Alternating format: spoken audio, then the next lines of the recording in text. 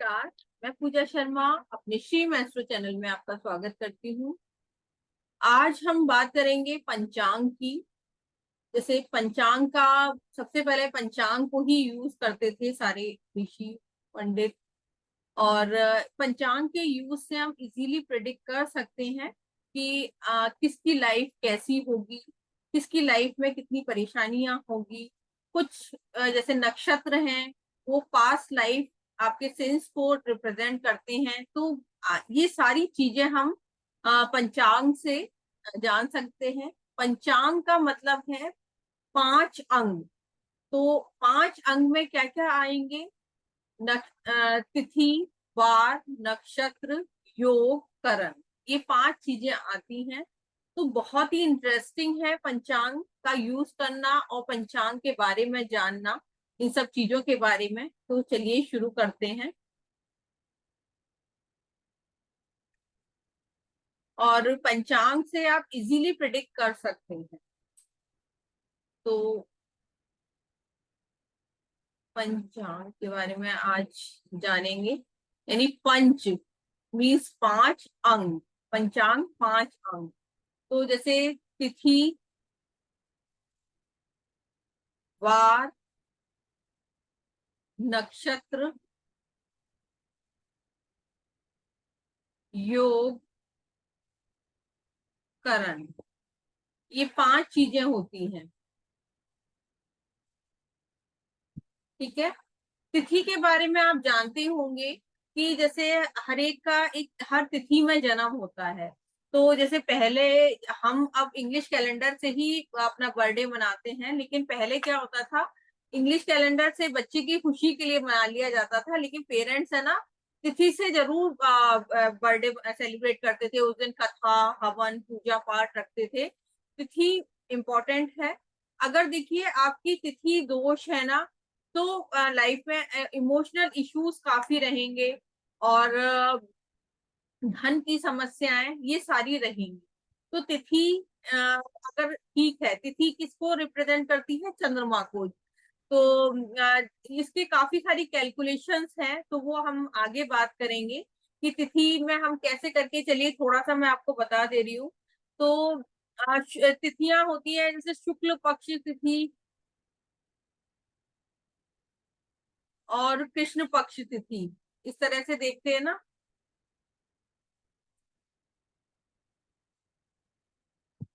तो अब जैसे शुक्ल पक्ष यानी सूर्य, ये सन है। और अगर जब चंद्रमा सूर्य के पास होता है, तब अमावस्या होती है, ये आपको पता ही होगा। और ये 180 डिग्री पे जब चंद्रमा बिल्कुल सामने आ जाता है, तब पूर्णिमा होती है। तो ये जो दिन है इधर से इधर के, तो ये शुक्ल पक्ष के कहलाते हैं। और यहाँ से यहाँ तक जब चंद्रमा ट्रेवल करता है, तो ये कृष्ण पक्ष के। इतनी चीजें हमें ये समझ में आनी चाहिए। तो चंद्रमा जैसे जैसे ट्रेवल करेगा, और चंद्रमा हमारे मन को रिप्रेजेंट करता है, तो तिथि से देख के हम ये भी बता सकते हैं कि किसका मन कैसा हो।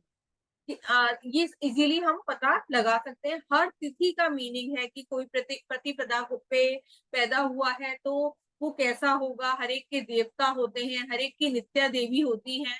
तो उससे हम इजीली जो है पता लगा सकते हैं। अगर लाइफ में प्रॉब्लम है, तिथियों को कि इससे ही हम सामने वाले की लाइफ की प्रॉब्लम ठीक कर सकते हैं। तो 15 शुक्ल पक्ष की तिथि होती है और 15 कृष्ण पक्ष की तिथियां होती हैं। उसी तरह से वार वार 7 होते हैं, जैसे रविवार, सोमवार, मंगलवार। तो मंगलवार, बुधवार, ऐसे करके 7 वार होते हैं, ये हमें पता है। लेकिन ये भी हमें पता होना चाहिए कि रविवार के बाद सोमवार ही क्यों आता है, मंगल क्यों नहीं आता है। ये भी इजीली हम वार से, मतलब इसकी एक है कैलकुलेशन, हम देख के बता सकते हैं। इसी तरह से 27 नक्षत्र होते हैं। 27 नक्षत्र अब वार क्या किस चीज को रिप्रेजेंट करते हैं? वार बताते हैं अग्नि तत्व जो है वो है को रिप्रेजेंट करते हैं। और वार जो है हमारी लाइफ को मतलब कितनी कैसा लाइफ रहेगी, मतलब कितना जीवन होगा, ये सब बताते, लॉन्जिविटी को ये बताते हैं। नक्षत्र, नक्षत्र 27 नक्षत्र होते हैं, ये सबको पता ही है।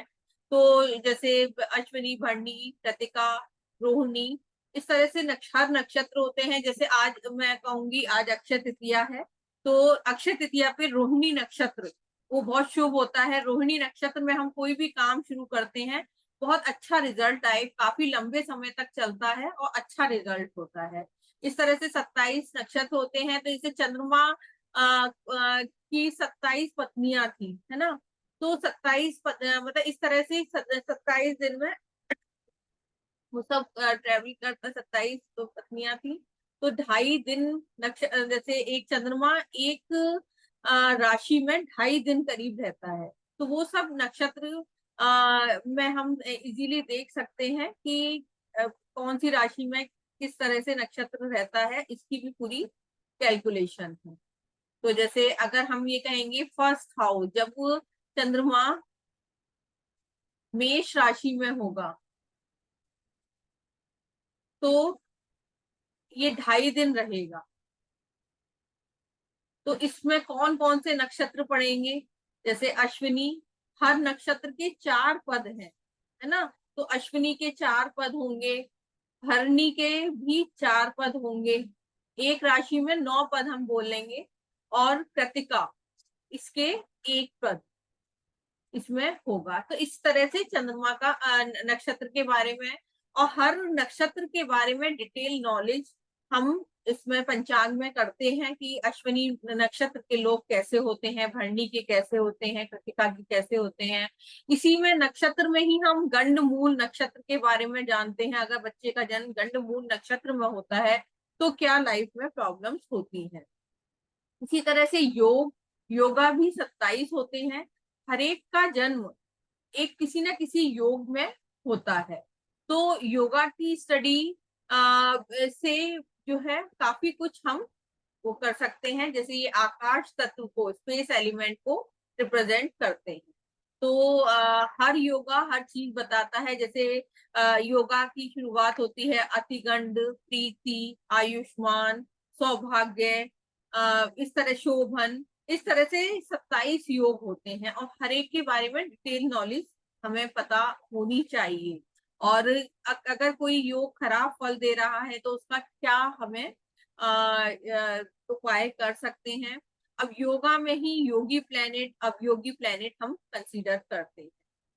अब बात करेंगे करण की। सबसे इंपॉर्टेंट जो आजकल लोग प्रॉब्लम में रहते हैं, करण जो है हमारे प्रोफेशन को भी इंडिकेट करता है। अगर करण से हम जो है ना सामने वाले का करियर प्रोफेशन इजीली प्रिडिक्ट कर सकते हैं। और अगर कुछ प्रॉब्लम है तो उसको रेमेडी हम देकर इजीली हम ठीक कर सकते हैं। तो अगर करण की बात करें तो करण जो है 11 होते हैं, 11 करण होंगे। तो जिसमें 7 स्थिर करण होते, चर करण होते हैं और 4 स्थिर करण होते हैं। बहुत इंटरेस्टिंग है पंचांग की नॉलेज। तो अब ये जो ये फिक्स्ड होते हैं, ये अमावस्या के पास ही ये वाले 4 करण वो करते हैं ट्रेवल। और ये 7 चार करण जो होंगे ना वो हर 6 मतलब 12-12 घंटे में चेंज होते रहेंगे। तो जैसे करण जैसे बव करण है, बालव करण है, कौलव करण है, तैतिल करण है, गर है, वनिज है, विष्टि है। इस तरह से 7 करण होते हैं। तो ये चेंज होते रहते हैं, लेकिन ये 4 जो है स्थिर करण है, ये अमावस्या के पास ही आते हैं। तो इसमें शकुनी है ना, नागा है। तो इस तरह से 4 करण होते हैं। तो इन सब के बारे में हम डिटेल में नॉलेज ले सकते हैं। और जैसे आप अगर मैं एस्ट्रोसेज की ही बात करूं, जब हम उसमें कोई कुंडली खोलते हैं तो पंचांग वाले उस पे जाएंगे ना, तो ये पांचों चीजें आपको दिखाई देंगी। आप चेक करके देखिएगा, पांचों चीजें आपको दिखाई देंगी। और इसकी नॉलेज से हम सारा कुछ सामने वाले का प्रिडिक्ट कर सकते हैं। तो जैसे शुक्ल पक्ष में किसी का जन्म हुआ है, तो वो पर्सन कैसा होगा, और कृष्ण पक्ष में कैसा होगा, चंद्रमा की स्थिति देख के हम सामने वाले की कंडीशन बता सकते हैं कि इसकी लाइफ मतलब मन इसका कैसा हो, और या धन की स्थिति कैसी होगी। तो ये है पंचांग के बारे में।